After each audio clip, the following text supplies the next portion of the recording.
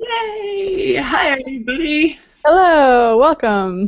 Let's see, just about 1 minute. Let's start popping on here.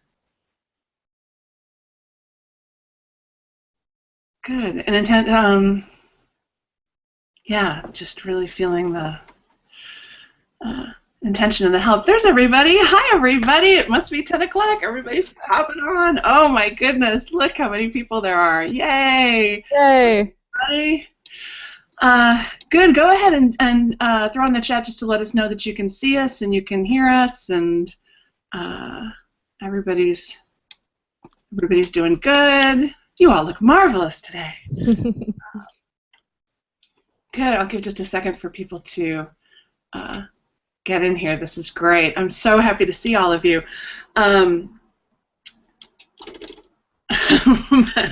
My cat is right behind the computer now and jostling things. Let me see if I can get him to come down. Chester, you want to make a special guest appearance on the show?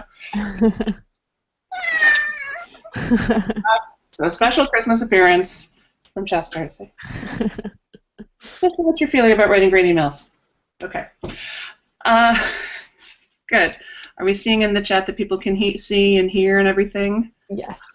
Great. Oh, hi, everybody. Welcome. So hi, my name is Sam Bennett. Welcome to Write Great Emails with Sam Bennett from the OrganizedArtistCompany.com. Woo woo. This is my right hand, Leonore Chia. Say hi, Leonore. Hello. So nice to see everyone. Leonore, you want to tell them what to do if they're having trouble with the streaming? Yeah, sure. So if you are having a hard time loading the video or you're getting a lot of buffering, if you mouse over the top, there's in the center there's a little icon that looks like a scale, and you can click on that and that will help you adjust your bandwidth usage. So if you lower the bandwidth, then if you limit your bandwidth, then it will load faster and we will just look more pixelated, but that's okay. We don't mind being pixelated. And also make sure you've turned off everything else on your computer. Google Hangouts just wants a lot of your computer's memory. So if you want to pause your Dropbox syncing, if you've got any other backup that's running, that'll slow it down too. Close any other windows and programs, that'll help. Good. Again, everybody saying hi to Chester. Yes, happy Christmas, Chester. Exactly. Great. Well, like I said, it is marvelous to see all of you here. I'm thrilled, I'm delighted, I'm flattered. I'm really pleased that you're taking a minute to, not just for your business, but for yourself, for your life, for the vision of what you want to bring to the world and the ways in which you want to do that. We have a question. Is there a phone number to listen in? There's not. With Google Hangouts, it's all computer. There's no audio only version. Although I wonder if I can do an audio. Let me do an audio recording. I can do it with the QuickTime, I think, while I'm doing this, and then there'll be an audio version as well to put up later. How about that? New audio recording. Yay. Okay, so hi everybody. I'm Sam Bennett from the Organized Artist Company, and welcome to Write Great Emails. This is my 10 rules for fabulous emails. These are my slides. I want to start by welcoming all of you and also by inviting you to do a little breathing with me right now. And you know this is how I like to start everything I do. And can you hear the train? That's the Pacific Surfliner going up the coast. When you're doing this breathing, we're going to inhale for 4, hold for 7, exhale for 8. I'll talk us through it. We're just going to do it one time. But I want you to really feel yourself at the center of your life. I want you to notice that you are in the center of your own life, your own purpose, your own creativity, your own voice, your relationships, your world. You are at the center of it. As much as we may get pushed and pulled by things other people want us to do and things we have to do and things we're scheduled to do, we are still the agents of change. You are the agent of change in your life. You are the one responsible, and you are the one making it happen. And it's a very elegant and beautiful place to be in the center of your own life. So as we do the breathing, I just invite you to feel that you being the hub of the wheel, And so things may be spinning around outside of you, but you remain in the center. And we'll inhale, 2, 3, 4, hold, 2, 3, 4, 5, 6, 7. Exhale, 2, 3, 4, 5, 6, 7, 8. Thank you. Thank you all for doing that with me. I have a question for you first. I'm wondering, whether you have an existing business or not, how much more money do you think you might have made in 2014 if you were following up regularly with customers, clients, fans, or just building sort of a fan base, if you were in communication with the people who dug what you do more often?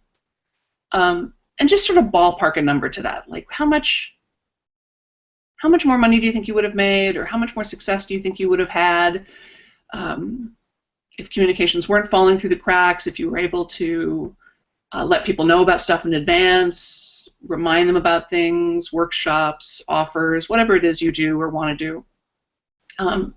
When I did this at an event in Hilton Head recently, and a guy said $250,000.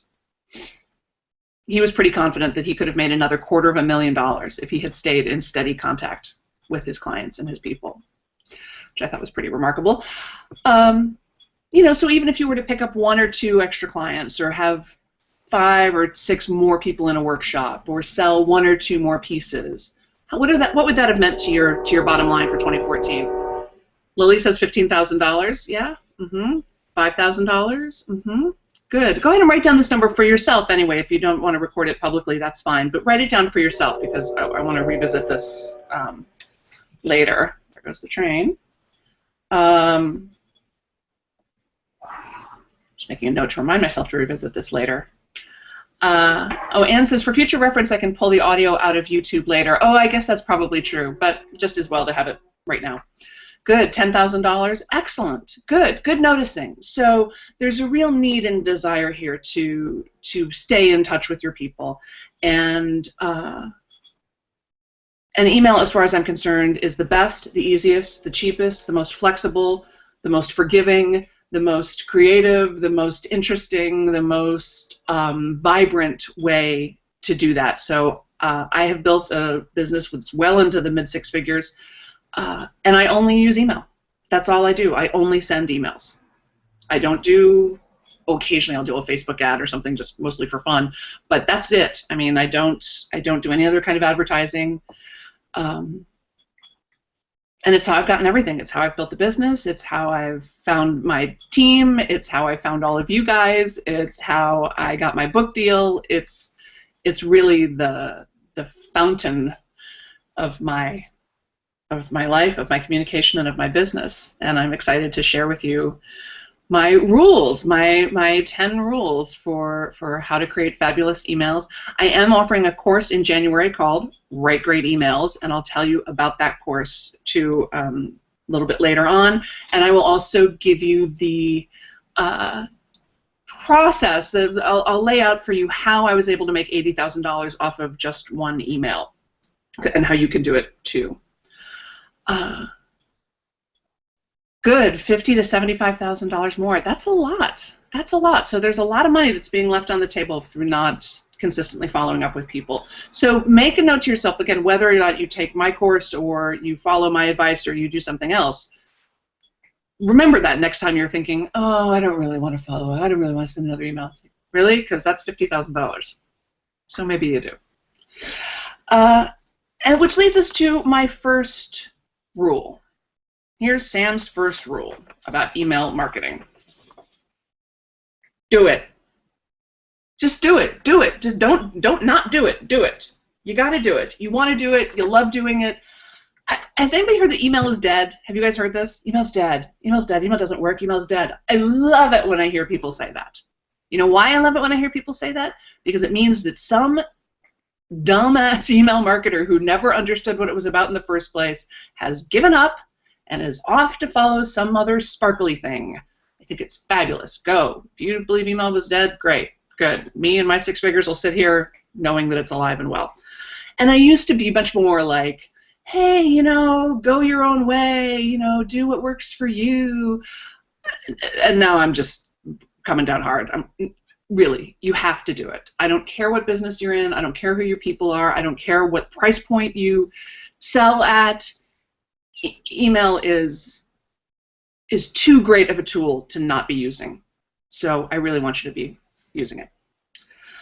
The rule number 2 comes up because I hear this a lot. Like, well, I don't want to bother people. I don't want to be spam. I don't want to bother people. Are you guys? Does anybody feel that way? Like, I would email them, but I don't want to. Okay. You are not bothering people. You're inviting them. All right? There's a difference between bothering and inviting. And here's how not bothering you are. As near as I can tell, email is the only form of marketing that is 100% controlled by the consumer. Email is 100% controlled by the consumer, right? I can't control what billboards I drive past. I can't control what ads come up on the TV or online or even what Facebook ads I see. Those are going to show up whether I want them to or not.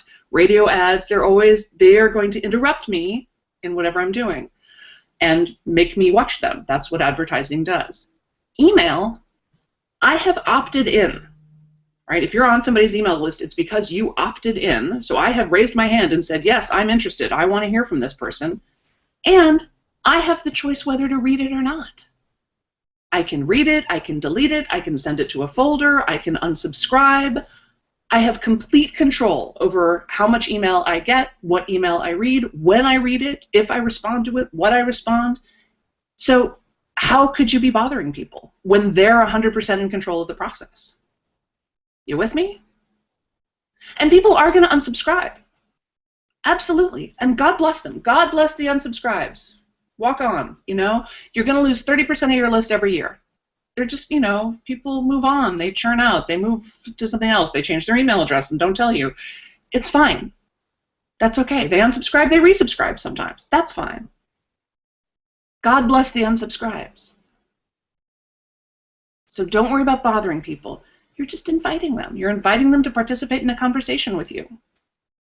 If they're into it, great. If they're not, great. Go find what you are into. Make sense? Okay, good. I want to check. Those are the first 2 rules. Gail says, what about millennials who don't really spend much time in email? My 9-to-5 job is at a university, and people 25 and under do not understand email. Maybe they just aren't our target. It depends on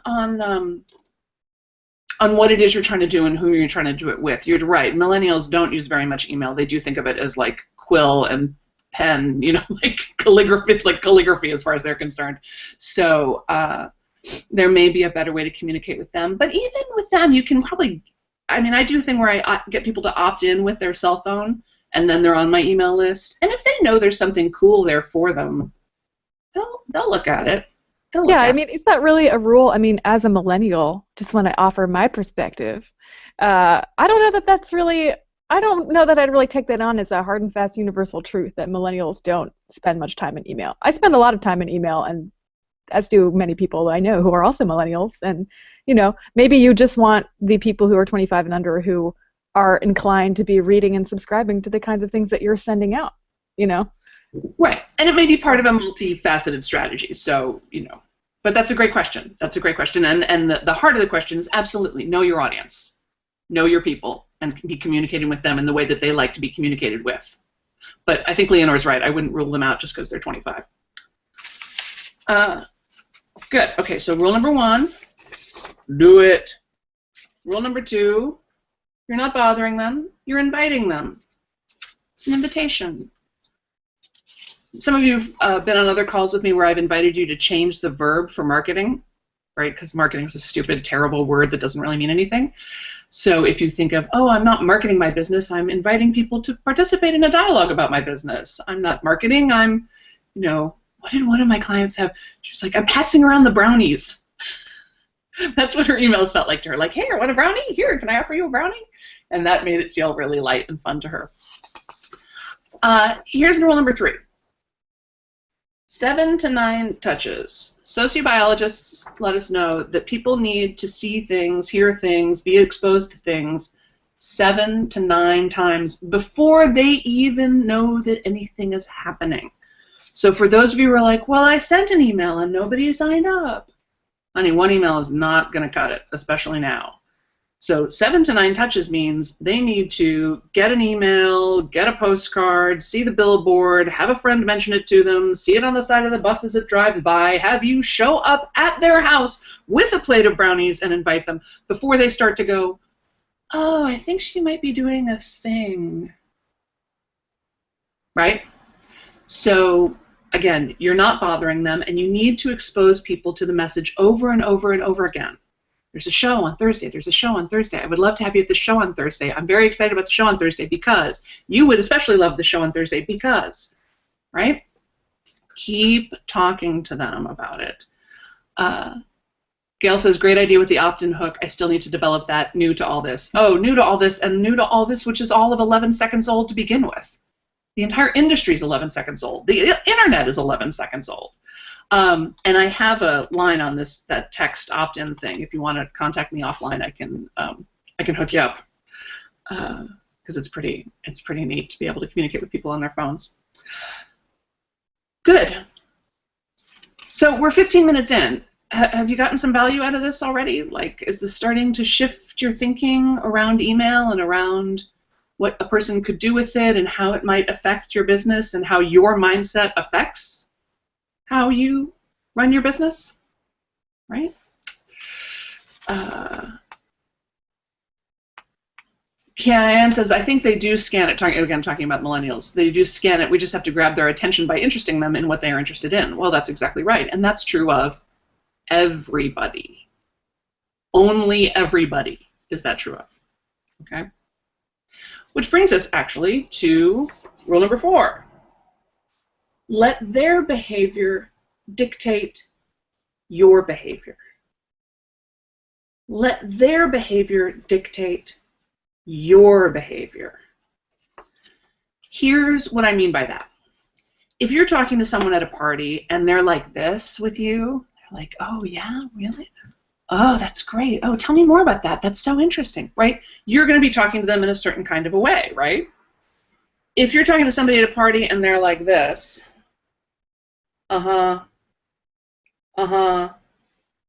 you're going to have a slightly different kind of conversation with them, right? You're going to reach out to them in a slightly different way, and you're going to have a different investment in that conversation. You're going to have a different feeling about it, right? The same is true in emails. You want to have different conversations with different people, and you want their behavior to let you know what the next step is. There are some programs, like I use Infusionsoft, which is the Lamborghini of email marketing. But no matter what you use, if you use MailChimp or Constant Contact or Vertical Response or any of these will, I think, have this functionality where you can see who clicks on an email, right? So let's say I'm offering a workshop. Like, for example, I'm teaching this Write Great Emails workshop in January, and I send out an announcement that says, hey, everybody, I'm teaching a new workshop. You know, if you want to read about it, go to www.writegreatemails.com. You know, here's why it's great. So there's going to be a certain percentage of people who are going to click, they're going to go to the page, and they're going to buy. They're going to sign up for the course right away. Now, with those people, I want to have one kind of conversation. And the conversation I want to have is, yay, you signed up. That's the best news ever. Remember, you cannot make people feel too good about the decision to spend money with you, right? So I want to thank them. I want to welcome them. I want to have them be excited about the workshop. That's one conversation dictated by their behavior, the fact that they opted in, that they said yes. Then there's the people on this side who don't open the email and don't click on it. Clearly, they're not that interested, right? So I don't really want to spend a lot of time with them. I might send them another email with a totally different subject line just to see if I can stimulate some interest that way. Maybe there's some other angle that I can take that will get them to be more interested. But mostly these people are not interested, so I don't want to bother them. So I'm not really going to, I might send them 1 or 2 more emails about it, but I'm not going to particularly pester them because they're not interested. Their behavior has told me that they're not interested. Now we have the people in the middle who maybe clicked and looked at the web page, but they didn't buy. What do you think I want to do with those people? Any guesses? All right, I'll just tell you. You want to send them something else right away, right? You want to entice them. You want to seduce them because clearly they're interested. They're interested enough to go look at the sales page. Their behavior has told you that they're interested. So you want to send them another email right away that says, oh my gosh, I totally forgot to tell you about this really great fun element of the course, or today only 10% off, or something, whatever it is that will help tip them over into making a decision, whether that decision is yes, I want to do this, or no, I don't. Because that's all we're looking for in sales, is for them to make a decision, right? We need sales. We don't need this sale. So we want to get people to a point of decision and have them feel great about it, have you feel great about it, done. So we're having different conversations with people based on their behavior. And email allows you that flexibility and that kind of personalization. I will tell you, I did I often when I'm inviting people into a preview call like this, I'll ask a question like, what's holding you back, or what's your project? And I asked, is your project a writing project? Is your project a different kind of creative project? Is it a clutter clearing project? Is it a whatever? There were a couple of different options I gave people, and then a blank text box because, my people are creatives and they have feelings and they want to tell me about them. So I thought, oh, this is great. Depending on how they answer, I'll send them a specific email. So I sat down to write the one to writers, saying, okay, when you're procrastinating on a writing project, it really hurts your heart because you know that really you're the only one who's keeping you from writing, because actors need a stage and people need some people need an audience, painters need canvas, but writers really just need a pen. And so I write this whole email, and I'm like, oh yeah, that's good. Okay, so now I'm going to write another one to the clutter people. Like, okay, when you're procrastinating on a clutter clearing project, it really hurts your heart because you know that you're really the only... I realized I basically wanted to send them the exact same email. So I almost did a search and replace for each of these categories of people and their projects. I mean, I tweaked it a little bit, but pretty much I send out the same email with a different subject line and slightly different text to each of these 4 groups of people. The open rates on these emails were like triple my normal open rates. Why? Because they knew I was talking to them specifically about something they had told me they were concerned about, they were procrastinating on, they felt bad about not moving forward on. Right? When you can have that kind of detailed conversation with someone, really capturing where they're at, they feel like you're their friend. It doesn't feel like marketing. It feels like they're your people, like you're trying to help them, which you are, right? I have a friend who's a guy named Parker who's been a friend of mine since, I don't know, 1985 or something, and we were talking one time, and he goes, I don't know, Sam, he goes, I know that your emails go out to thousands and thousands and thousands of people, and yet I always feel like you're just talking directly to me. And I was like, yay! That's exactly how I want you to feel. So that's excellent. I want you to, think of it that way. Roberta says, I know that I look forward to seeing your emails in my inbox, Sam, so what you do is working. That's excellent. Thank you. That makes me feel very good. I want to be a welcome guest in your email box, and I want you to be a welcome guest in someone else's email box. So rule number 5. I'm tripping out on how many people are here. This is very good. Thank you all for being here. Rule number 5, use your intuition. Use your intuition. Now, those of you who've worked with me before know that I say that about just about everything. But especially with email marketing, I really want you to Use your natural empathy, use your dreaming space mind, use your slightly psychic abilities, which, come on, you know you have. And I want you to really tune in to that when you're writing. You know, what do these people really need to hear? What do I really want to say? What is it that's really on my heart right now? How do I want to express that? And not so much what's the right way to do it, but what's my way to do it? What's my belly telling me to do? I will tell you that before I send an email out, I pray.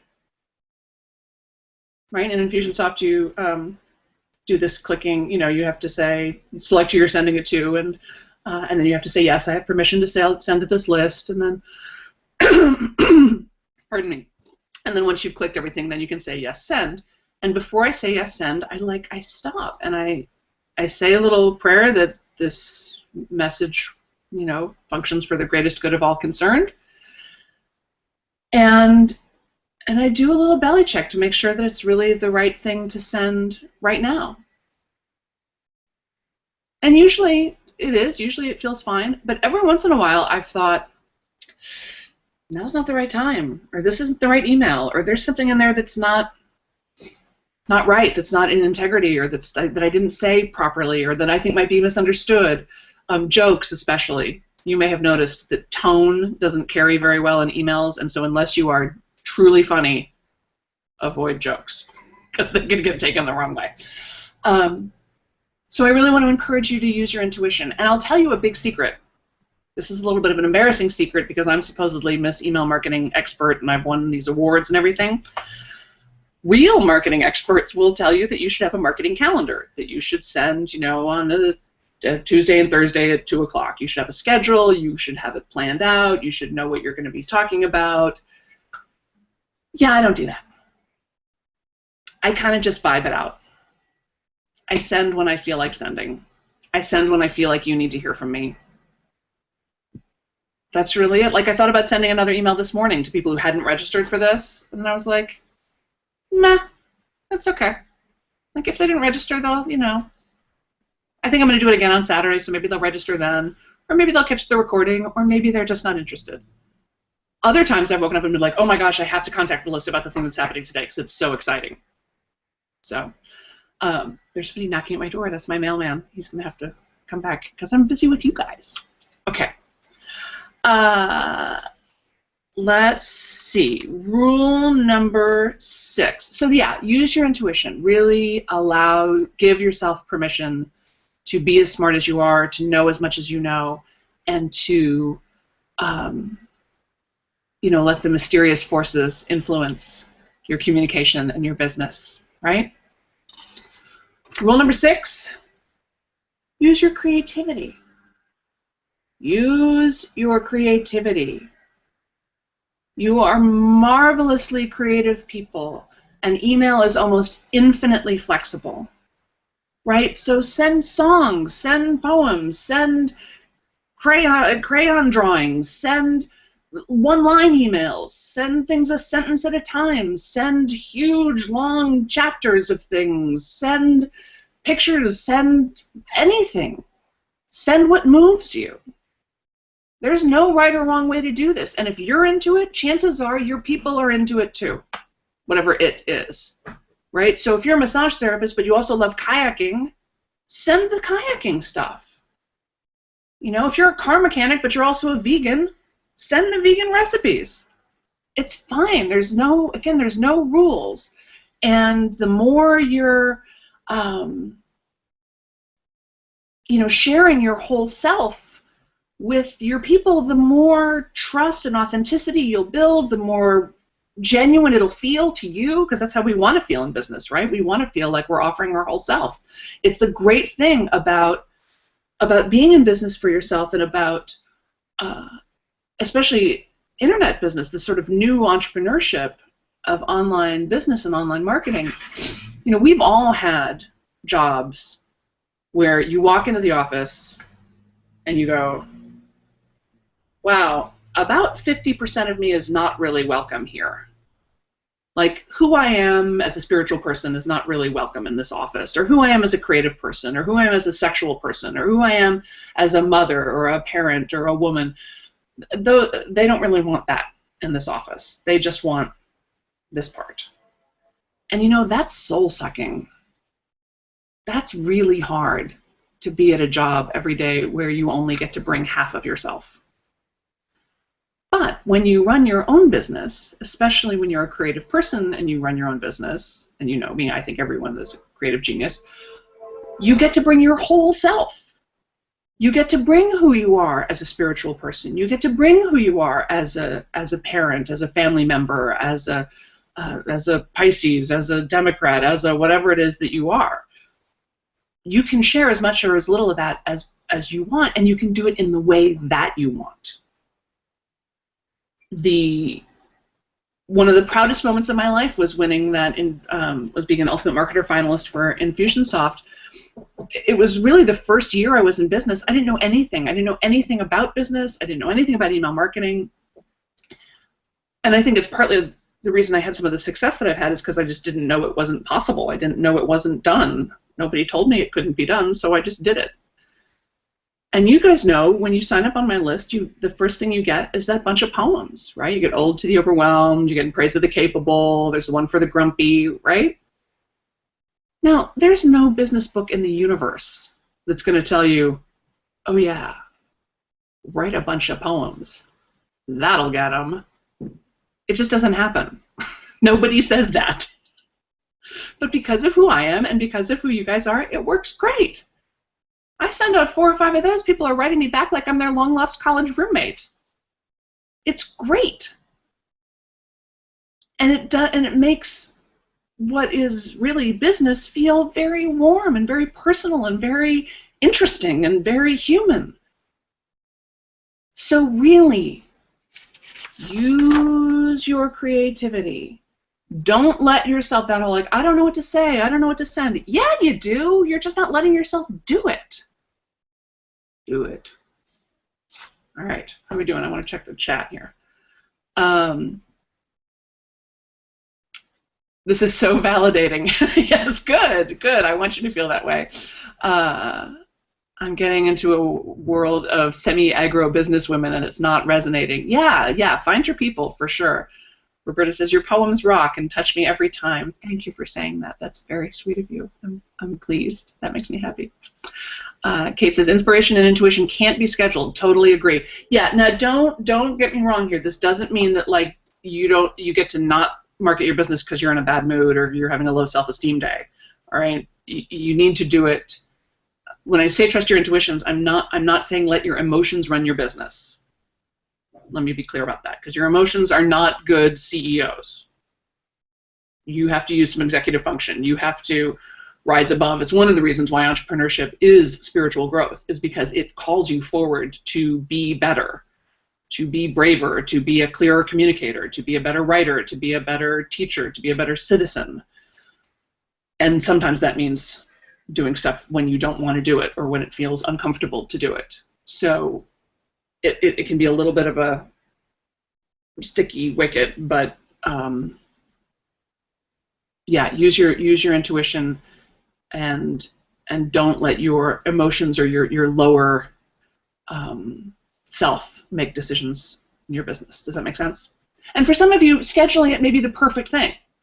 You go like, no, it's so much easier for me to know that it always goes out Monday at 2. Like that brings me comfort. It brings me joy. I love having a schedule like that.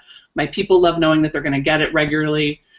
You know, that may be perfect for you. I want you to use your intuition on what's perfect for you. Does that make sense? Okay, good. All right. Rule number 7. There are 3 parts to any email. The first line or subject line, the part they don't read, and the PS. I'll say it again. There's 3 parts to every email. The subject line and the first sentence, the part they don't read, and the PS. So, what does this mean to you? It means your subject line and the first sentence, right? So it's a part that shows up in the little preview bit. That needs to be really compelling. right? And compelling in whatever way it is that your people want to be compelled. You know, it needs to be emotionally engaging. It needs to be curiosity producing. Intellectual curiosity is far and away one of our most powerful motivators. So if you can get them thinking and wondering, you know, then they're going to open the email. And then people mostly just sort of scan and then they read the PS. If you're wondering why there's a PS on everybody's marketing email, because that's the part everybody reads. Why? I don't know. It just is. So if there's something you want people to do in an email, you want to put it in the PS, right? And believe me, you want to be asking people to do stuff in every email. This is a really important question to ask yourself every time you send. What is the point of this email? What do I want them to do? Do I want them to click here to read more on the blog? Do I want them to click here to read about the latest workshop? Do I want them to buy now? Do I want them to save their spot for this webinar? Do I want them to forward this to a friend or share it on social media or comment, or what is it you want them to do? You want them to do one thing, and you want to make it really clear what that one thing is, and you want to make it really easy for them to do it, and you want to put it in the PS. That's what's called your call to action, and you want to have one in every single email. And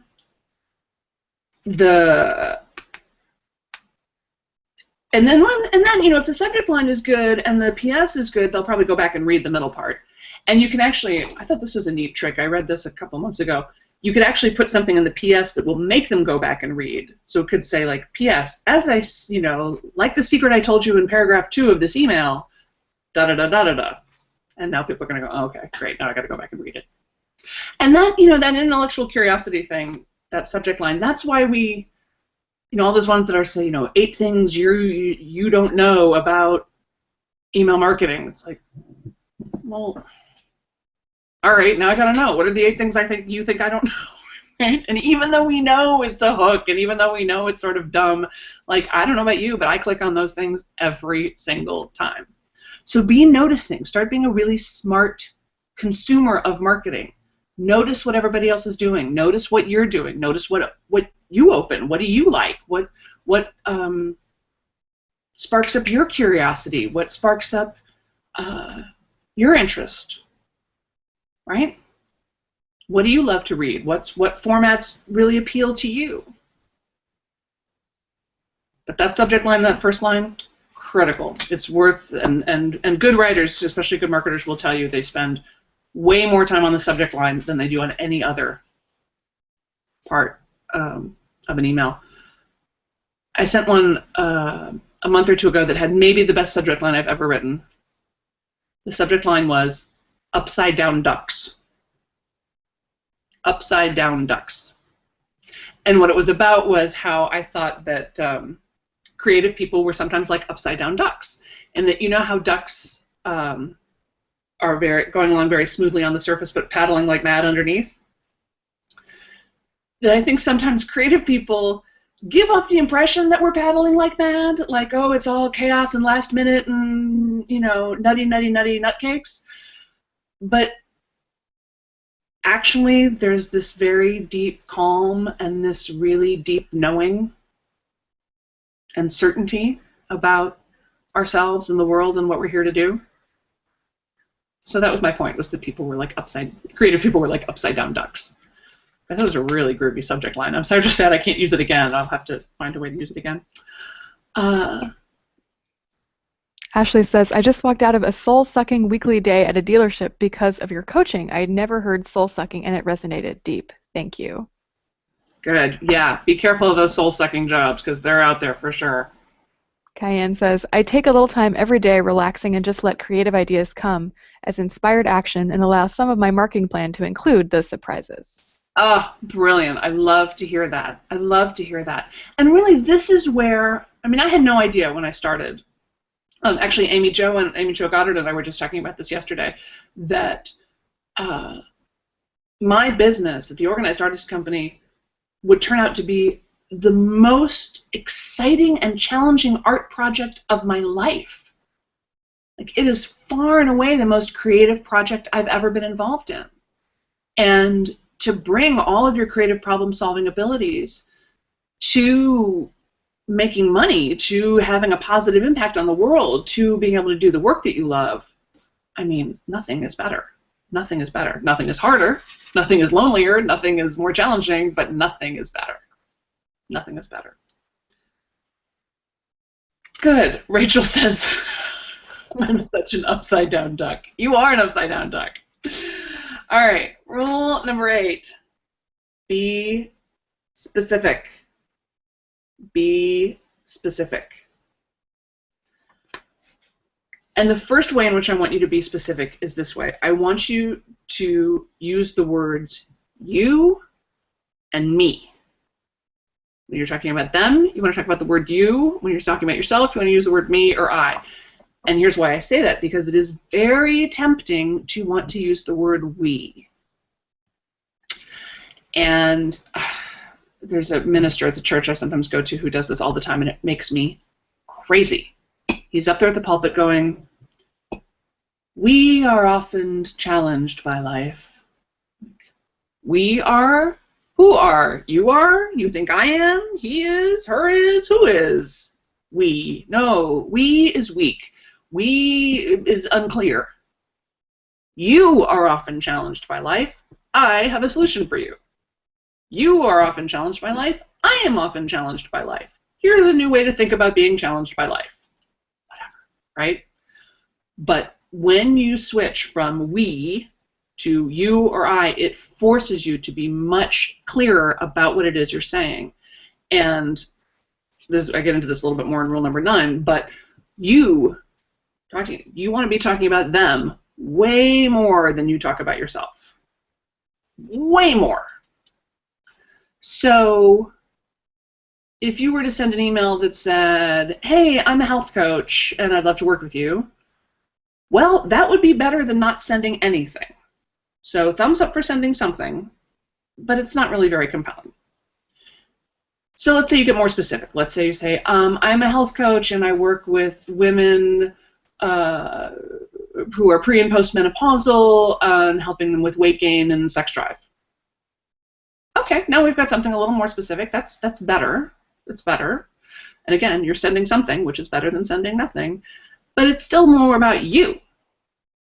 So what if you sent an email that said, hey, your pants don't fit, you're having panic attacks in the frozen food aisle, and you haven't wanted to have sex since that unfortunate incident in Cabo. Now we're getting somewhere. Because now the people reading that are going to go, oh, she knows me. My pants don't fit. I did have a panic attack the other day.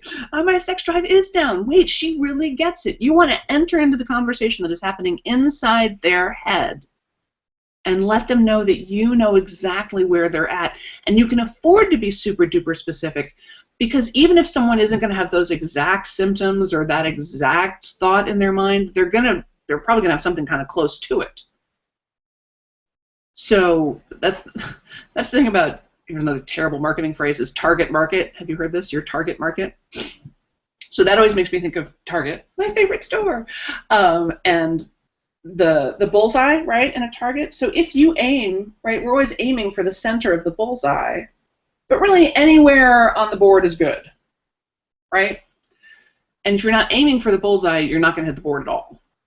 So you can really aim to be very specific about who it is you're talking to, what problem it is they're having, and then how you can possibly help them with that, right? And again, whether you're just offering them a new perspective or you're selling them something, whatever. But you want to start out by talking very specifically in the language that they use about themselves. And in the Write Great Emails course, I'll tell you exactly how to do that, because it's not that hard and it's incredibly valuable. And it'll keep you out of all that jingo marketing blah, blah, blah that just feels so horrible to write and so horrible to read. Roberta says, this answers a question I've had recently, how to address the readers. So you is not accusatory. No, not at all. It's specific. It's specific, and it gets people's attention, right? Gail says, I'm a community organizer. The royal we is in my everyday vocabulary. Uh-oh, new habits. Yeah, exactly. It's a very passive, soft way of communicating. You know, we this, we that. And I understand the impulse to say, like, well, I don't want to put myself above anybody. You know, it's not like I want to say, oh, you have this problem and I don't. But, you know, when it comes to your business or your specialty or what you're offering, you are the expert. That's why they pay you.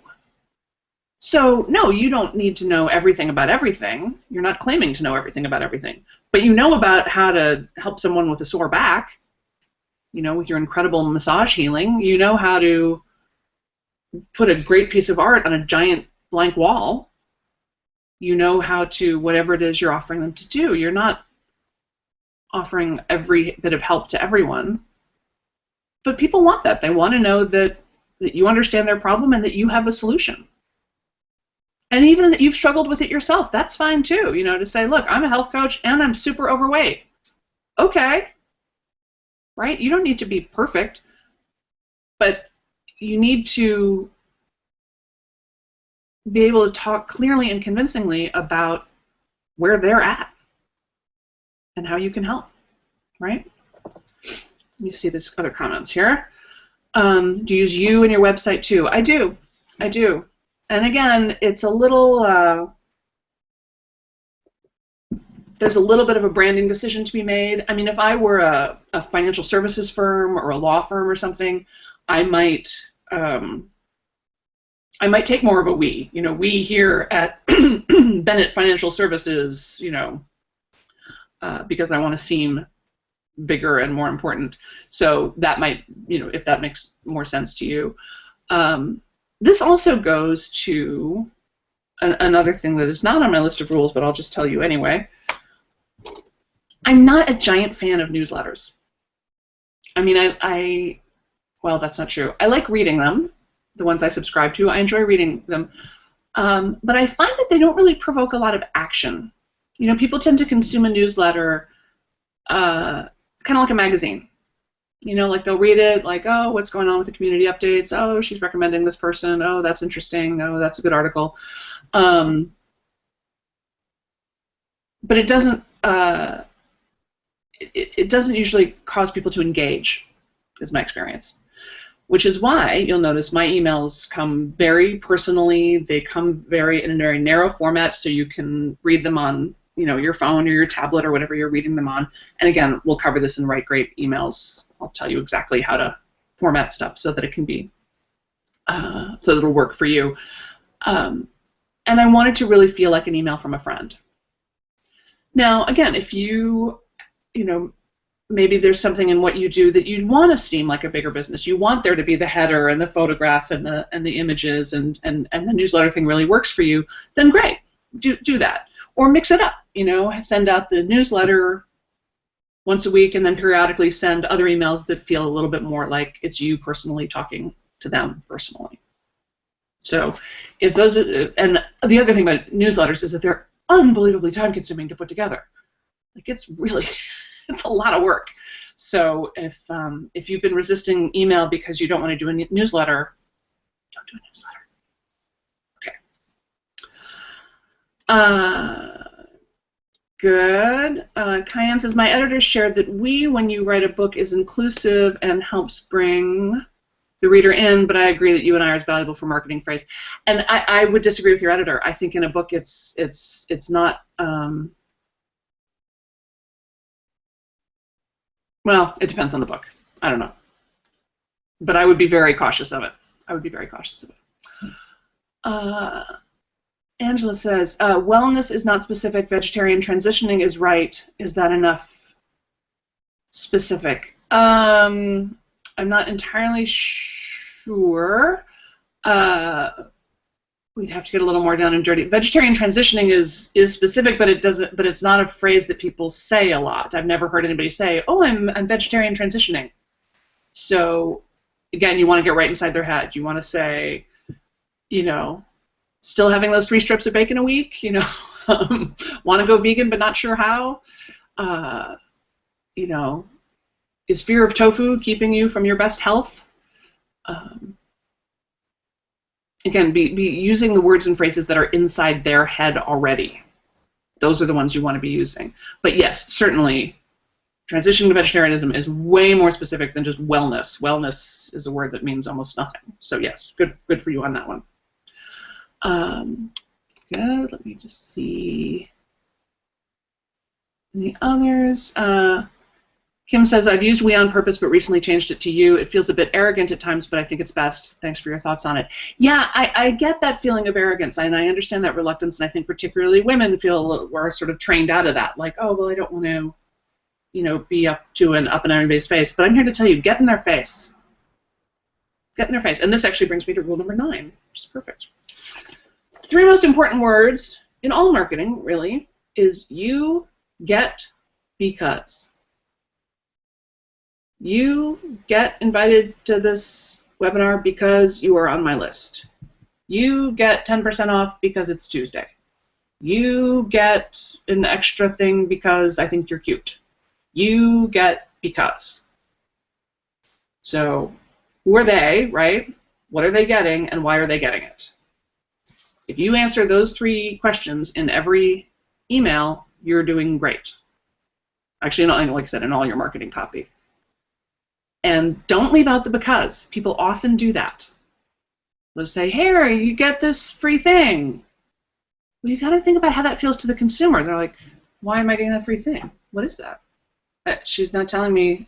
And it can be the silliest reason in the world. It really can be like, you get this because you're on my list. You get this because I'm in a mood to give it to you. Fine. But we love to know why. We love to know why. And it's a great opportunity to share your why with someone. You get this because I feel like it's important that we live in a world in which people value their creativity more. Ooh, oh, she shares a value with me. Oh, I like that.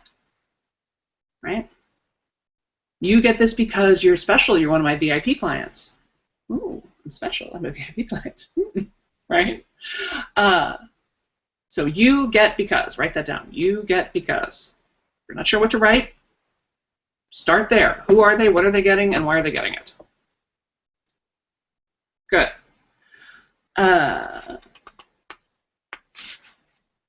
Rule number 10, and then I'll tell you the thing, and then I'll tell you the other thing. Okay, good. Just trying to keep track of where I am. And see how we doing. Just checking the questions. Does the audience love energy exchange? I'm sorry, I don't understand what the question means. Leonor, do you know what that question is referring to? Maybe the question is that a phrase that people like? I'm not sure. Without knowing what you're trying to mean, it's what the context of your statement, it's hard to tell. But I think you're trying to figure out whether this certain phrase resonates with your people, in which case the only answer is you have to try it and find out. Right, exactly. So in Heidi asks, do you have any tips on how to learn the language my tribe uses? My business is brand new and I'm just beginning my emails and blogs. I do, and we're actually going to get, like I said, in the course, in Write Great Emails, I'm doing in January, we're going to get deep into that because I think it's one of the most important things that you can learn is how does your tribe think about their problem? How are they misunderstanding their problem? Because they are misunderstanding their problem. If they had a proper understanding of their problem, they would have solved it by now, right? What else have they tried? Where are they frustrated? What's on their mind? What's their resistance? What's their friction? Why haven't they taken action up to now? Yeah, all that we're going to get into. The short version of the advice is listen. Listen. Really listen with your heart and with your belly and with your soul and with your ears and with your eyes. Listen to what your people are saying, and even if you're brand new and there's only one of your people, you have one client or you have 10 people on your list, that's fine. Keep a running list of words and phrases that they use and that you've used to describe what's happening for them emotionally, physically, spiritually, whatever it is. And you'll see the same phrases start to repeat over and over again. So that's most of it, is really just bring your awareness to it and really start listening, because they'll tell you. They will absolutely tell you. They'll absolutely tell you. Sabrina says, I certainly hope for again, because I'm getting some of the gems that I can't take in right now. That's very nice. Thank you. Thank you. And yes, Gail, this is recorded for later. Yeah. Yes. You can absolutely watch it again. Anne says, can I repeat the 10 steps at the end? Yes, I can do that. Yeah, and it's on YouTube. It'll be on my Google Plus page. Could I give some pointers for a subject line to introduce a totally new offering? I send out a monthly email to remind people about my dance class, but this time I want to offer discovery sessions for coaching, which I've just started doing. I'm actually ending this one monthly class, so I need to tell them about that, but I also want to let them know that this is because I'm doing something new now. Yes. Okay, so for, I mean, again, it's hard not knowing very much about your business. I would send actually a couple of emails about that, because they're going to need to hear that message a couple of different times. So I would send them one that says, you know, last dance class this month, you know, last chance to dance. Write that down. Last chance to dance, because ... Right.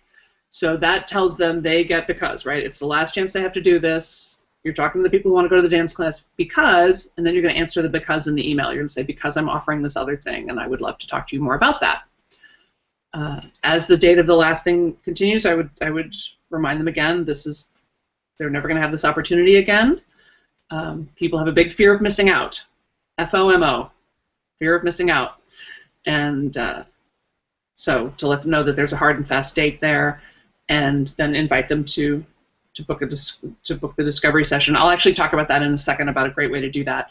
And then you want to start talking to them about the coaching that you're offering. But that's great. Yeah, good for you. Good for you for the transition. Let's see. Gail says, this is incredibly valuable. Thank you for this gift. You're welcome. Thank you for saying so. Wendy says, I have a really low open rate. Okay, let's stop for just a second. And talk about open rates. Actually, let me tell you about this course first. Okay, open rates, $80,000 email. We'll talk about after this. So I have this course. Like I said, it's called Write Great Emails. You can go to www.writegreatemails.com. And what it is it's a course I'm doing in January. There's 4 webinars live in person with me. They're recorded, so you can download them, save them, watch them again and again.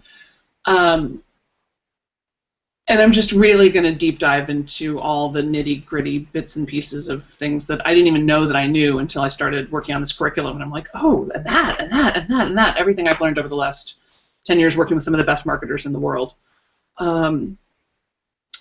The other thing you get is that I will personally review and edit a piece of your copy, whether it's an email or a web page or a brochure or a bio or whatever. I will do that. I don't do that. Like, you can't hire me to do that. The last time I worked as a copywriter, I charged $1,000 a page and got it. So I'm good. So I can share that with you. So if you're in the course, I will review one piece of copy for you. You get a year in the 365 Club, which means you get a monthly call with me every month. Am I really about to say that? Yes. The third Thursday of every month. There's one this afternoon. And it's mostly just open Q&A. I do a little bit of teaching. I usually have a little sermon, and then it's just open Q&A. So it's really a chance for us to stay in touch because, you know, offering a month-long course is great, but you know, you're going to need support after that. So I wanted to make sure that you had regular access to me and could ask questions and run things by me ongoingly. You also get a ticket to the Big Big Yes, which is my event in July in Los Angeles. It is the most exciting thing I've ever put together. You have to come. You just have to come. I'm not even going to tell you why. You just have to come. It's July 9th to the 12th at the Westin LAX. we've done it the last 2 years on a smaller scale. This is going to be on a slightly larger scale, and it's going to blow your mind. It's going to be like the best creativity conference ever, I think. Also, because I want you to get started right away, the other thing you get is the How to Make $1,000 webinar. The How to Make $1,000 webinar is something I came up with, and my promise in the webinar was that I would not get off the phone until every single person on the call felt like they were looking at an actual plan where they could actually make $1,000 in the next couple of weeks. Because I want you to make your investment back right away, right? I don't want it to pay off later. I want it to pay off now. So, so that's what it is. And because I designed it for creatives, you know, who sometimes can get a little touchy about money or about what to charge or whatever, it kind of walks you in the side door and then sort of spins you around 3 times and then bing, there's a plan. It's really fun. It's unlike anything I've ever seen or done or seen done. And so you get that. You get immediately, right away, as soon as you register, you get the How to Make $1,000 webinar, and also the follow-up Q&A call to that.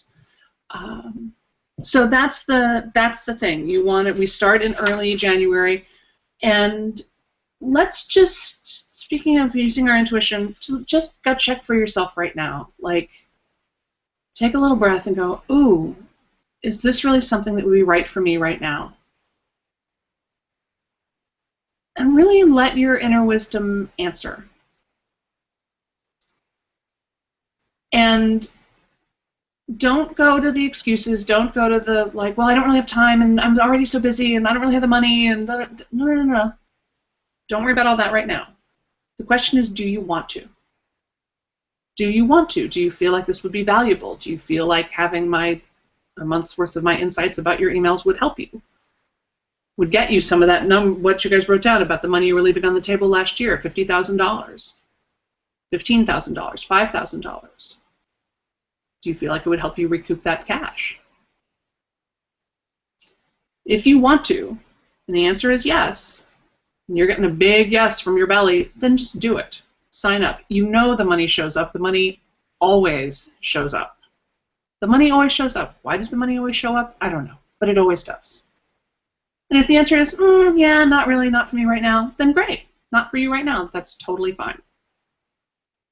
But don't get yourself into a spin of like, oh, I wish I could, but I can't. I wish I could, but I can't afford it. Don't play that game with yourself. There's lots of money out there. It's not that hard to get. There's lots of clients out there. They're not that hard to get. There's plenty of money to be made by everyone at every time of year. Don't tease yourself that like, well, because it's the holidays. I will say that if you can write it off against this year's taxes if you buy it, now. Does anybody have any questions about the course itself? So you can go to writegreatemails.com and see it. Valerie says, heck yes, I want to. Woot, woot, woot. Yay, good. Jump in, babe, jump in. It is limited, this class. I can't take everybody because I'm doing this personal review of people's copy. I can't take a million people. So if you feel like it's for you, jump in, because I think I'm going to cap it at 25. So there you go. Good. Anything else we're wondering about Write Great Emails? Leonore, did I forget anything critical? Okay. I've never taught this class before. I'm really excited about the curriculum. Can you tell that I love emails? I love talking about emails. I love the human behavior involved in emails, and I love helping you figure out how to use this incredibly powerful tool to make you money, which it can do. So this low open rate question. All right. You may not know this. Open rate is kind of a bullshit number, right? So people are telling you how great their open rates are. It's not really real. And it's not really real because this gets a little technical, but the way the ISPs, the Internet Service Providers, know that your email has been opened is because there's a little 1 pixel image that goes ping, ping, ping, and when that gets opened, when that image appears, it goes ping, that email got opened. But lots and lots and lots and lots and lots of people have the images disabled on their email. So for those people, that image never gets opened. Or if people are looking at it on their smartphone, it often doesn't open. So there are people opening and reading that it doesn't show that they've opened and read. On the other hand, there are some email services. Infusionsoft does not do this, but some of them other ones do. Like if I open an email, look at it in the morning, and then look at it again in the afternoon, they'll count that as 2 opens, even though it's really only 1 open. So it's just it's just a specious number. It can be useful to you comparing one email to another in yours. I mean, if I know that in general my email open rate is reported as 22%, then if I get something that opens that gets a 35% open, I can go, oh wow, that worked better. What did I do in that email subject line that made more people open it? And can I do that again? Or I get one that has a really low open rate compared to the rest of my other ones. I can look at what might have been happening there. But you know, open rates in general are pretty low. I mean, if your open rate is anything above 10%, you can feel pretty good about that. I think industry-wide the standard's around 12 or 15%. So I wouldn't worry about it. What you do want to worry about is engagement. Are people clicking? Are they clicking? Are they forwarding? Are they buying? Again, we'll talk more about the details of this in the course, but does that help? Does that give you a little information? Okay. Rachel says, thanks for the great ideas. You're welcome. Can I do an email list without doing a blog and have it be successful? I don't really want to do a blog, but it's recommended by so many. Do you still think it works with a static site and no blog? Yeah, totally. Although, honestly, once you've written a great email, and I do this all the time, I write a great email, and then I have my social media genius, Lorraine, have her just take the email and turn it into a blog post for me. She finds an image that works with it, she takes out the parts of it that look like an email, and Bob's your uncle. So yeah, I think you can absolutely, but you don't have to have a blog if you don't want to have a blog. Screw it. I mean, again, conventional wisdom works for conventional people doing conventional things. You want to do it your way? Do it your way. That's why we became entrepreneurs to begin with, so that we could do it our own way. All right, rule number 10. Yes, rule number 10 and the $80,000 email. Rule number 10 is that it's a conversation and a process. It's a conversation and a process. It is not you just spewing out information about you all the time to people who are fairly indifferent. It's a give and a take. And it's over time. It's not necessarily something that happens overnight. You know, I've built up my list over years, and I often have people sign up for courses, and they're like, oh my gosh, I've been reading your emails for like 5 years. I'm like, good, glad you finally decided to take the plunge. But, you know, it takes time. It takes time. So here's, and Emailx is uniquely qualified to be part of a larger sales process. So here's the story of the $80,000 email. A couple of years ago, I decided I wanted to offer a high-end program, something much more intensive and expensive than anything I had ever offered before. And I wasn't sure if it was going to work because, you know, again, my list is mostly creatives. People are generally kind of broke, or they tell me they are, and I just never offered anything like it. I wasn't sure if it was going to work or not, and I wasn't sure if I was going to like doing it.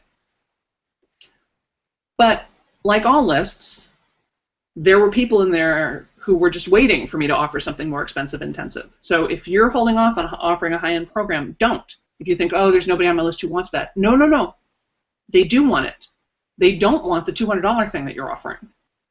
They want the more expensive thing. They're waiting for you to offer that, right? So I sent out this email so I didn't make a sales page. I didn't make a video. I didn't have a website for it. I didn't do anything. I just sent this email that said, I'm offering this more expensive, more intensive course called Creative Genius CEO, and you know, I've never done anything like it before. I may never do it again, and here's kind of what it's about. And it was quite a long email, and it talked about who it's for. You know, if you're at this kind of a place, if you're dealing with these kinds of questions, if you want this kind of support, you know, here's what the thing's going to look like. And it didn't say anything about the price, or even really very many details about like how many calls there were or anything like that. It just said that it was a 6-month program, which at the time it was. And then the call to action in the email was I invited people to fill out the application.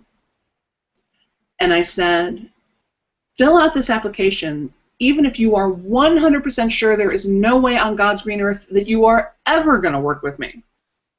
Because the action of answering the questions can move you down the road. It can be a valuable learning, teaching moment just to answer these questions, which is true. So I invited people to fill out the questionnaire, and the questionnaire was, I don't know, it was 8 or 10 questions, and it was stuff, you know, what's your vision for your business? What do you think is holding you back? What gets in your way? I don't know, some other things. And then they submitted that, and they got an email right away. So this is all set up inside Infusionsoft, but you can set it up. You can do it manually, and you can also set it up inside of a lot of different other email service providers as well. So they got an email automatically right back that said, "Yay, you filled out the application. That's great. We'll take a look at it." And then I would take a look at it, and if I felt like they were potentially a match for the program, they got a second email that said, "Hey, we've taken a look at your application. We think it looks really terrific.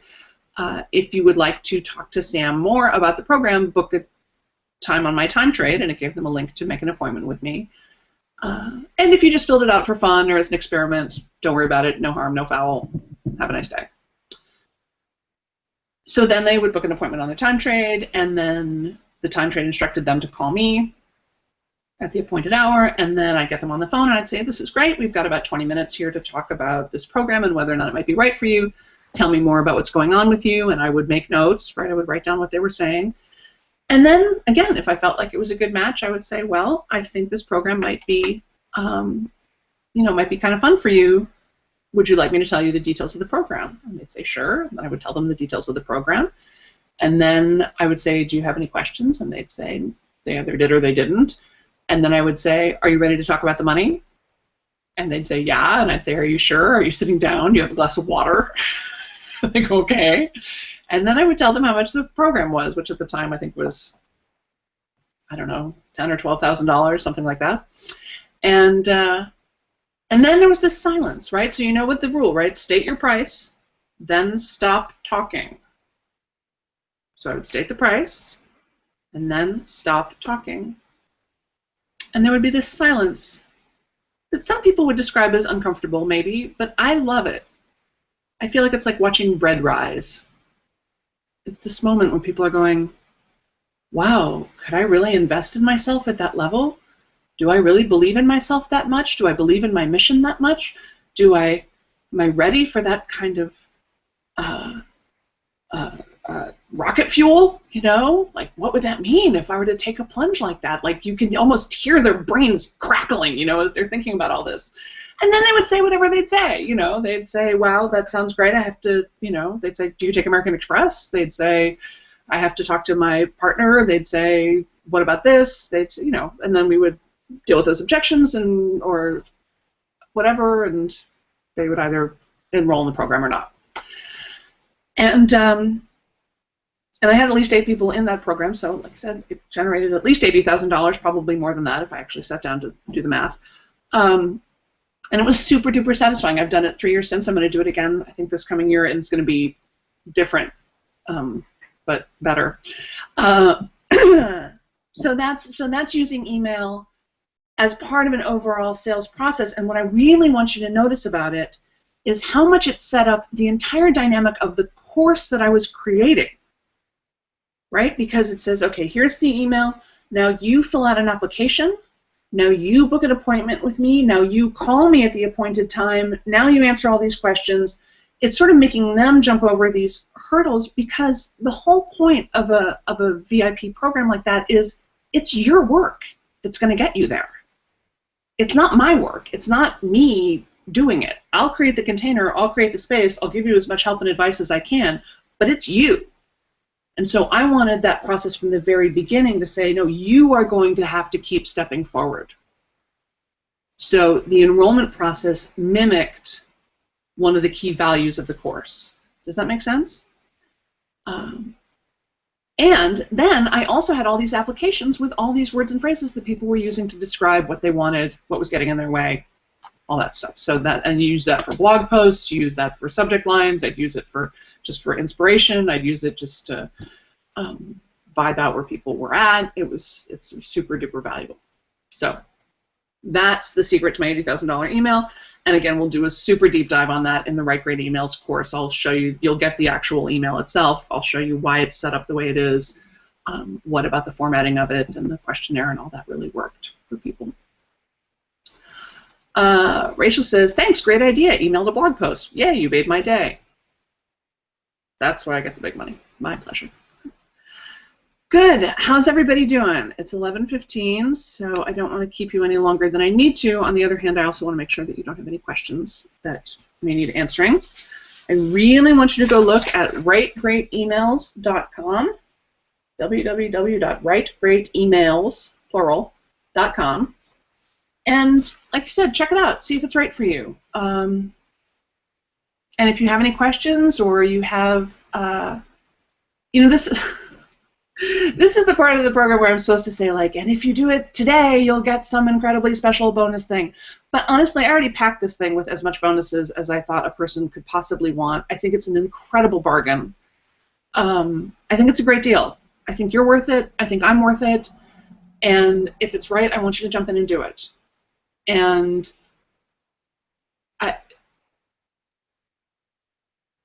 there's, how do I say this? Yeah, if it's right for you, I want you to jump in and do it. That's all I have to say about that. So you're invited. I would love to work with you. I'd love to review your copy and edit it for you, and bring my Sam special sparkle to your copy, and really help you feel great about the emails that you send out, because I feel like there is a real difference to the emails that come filled with resentment and sadness and desperation, and the emails that come filled with joy and sharing and excitement about the future. So I want you to be marketing your business in a way that feels really great to you. And I want you to use email to do it. Let's see if there's any other questions in here. Oh, repeating the 10 steps. Yes, I can do that.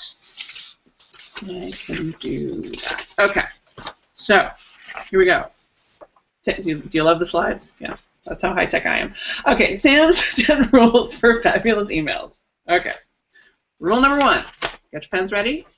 Do it. Do it. Don't not do it. Do it. Send emails. Send a lot of emails. I never worry about sending too many emails. If it's too many emails, people are unsubscribed. I'm kind of an over-communicator anyway, so, if me sending emails is going to bother people, they shouldn't be on my list to begin with. So, rule number 1, do it. Rule number 2, you're not bothering them. They're in control. You're not bothering them, you're inviting them. Good? Rule number 3, 7 to 9 touches. They need to hear from you over and over and over and over again before they get any kind of idea, and you need to be super clear about what it is you want them to do, how you want them to do it, make it easy for them to do it, right? And let them know over and over and over again what it is that you want, because it's for their own good, right? Rule number 4, let their behavior dictate your behavior. You don't want to have the same conversation with everybody. You want to have different conversations with different people. Right? People who've been on your list a long time, people who are brand new, people who are alumni, people who aren't, people who clicked, people who haven't. Let their behavior dictate your behavior. Rule number 5, use your intuition. Really, this is a life advice thing, but no joke. Use your intuition. You know.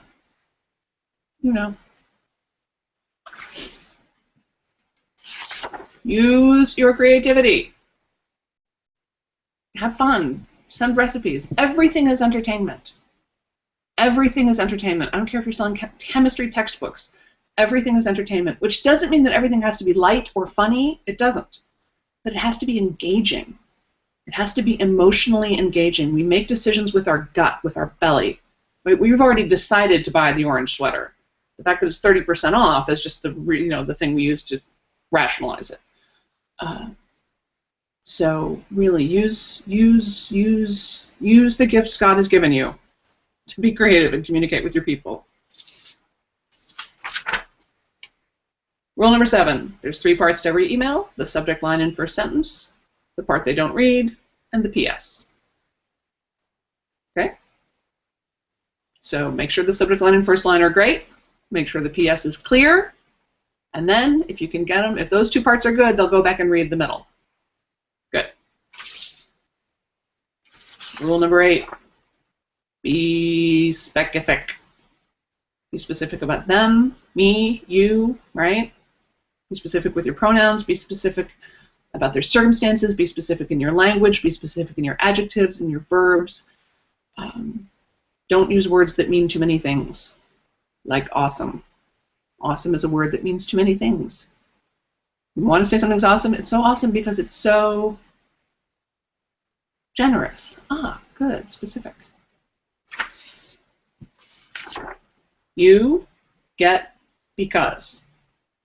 You get because. This is what you want to be explaining to people in everything you do, really. Who are they? Who's the you? What are they getting? And why are they getting it? You get because. And you know, I had somebody stand up and be like, "Do I use those exact words?" No. I mean, you can, but no. But make sure that your email answers that question. Who are they? What do they get? And why are they getting it? And then rule number 10. Remember, it's a conversation. It's a process. It's not one email. It's a lifetime. It's not one conversation. It's an ongoing conversation. It's not one class or one teleclass or one offer or one affiliate or one. It's a love affair. And finally, go to writegreatemails.com. All right. See if it's right for you. Check out what it's about. Vibe it out. Feel it. And if it's right, sign up and get in there because, like I said, there's not room for everybody. Good. Any other questions anybody's got? I'm so happy. Look, and everybody's still here. I love that. I have to say, I get a little vain about this, that as many people who start the webinar finish the webinar, even when it goes over an hour. So you guys are troopers. Thank you. Thank you for sticking around. Leonor, is there anything you want to add or anything you've noticed or that hasn't been said? No? Leonor's in Vermont. Can you tell how cold it is in Vermont right now? Every webinar I appear with more layers on. No, thank you just so much for coming on today and spending the time. Really appreciate it, and I hope that this has got some great ideas and inspiration percolating for you. And if it's right for you, we'd love to see you in the class. Right. Exactly. Thank you. So thank you all so much. Let's do one more round of breathing. And again, put yourself in the center of your life. Put yourself in the center of yourself. Next time somebody says you're so self-centered, say yes. What's in your center? Yes. So we'll inhale, 2, 3, 4, hold, 2, 3, 4, 5, 6, 7. Exhale. 2, 3, 4, 5, 6, 7, 8. Thank you, everybody. Thank you for doing this with me. Send emails.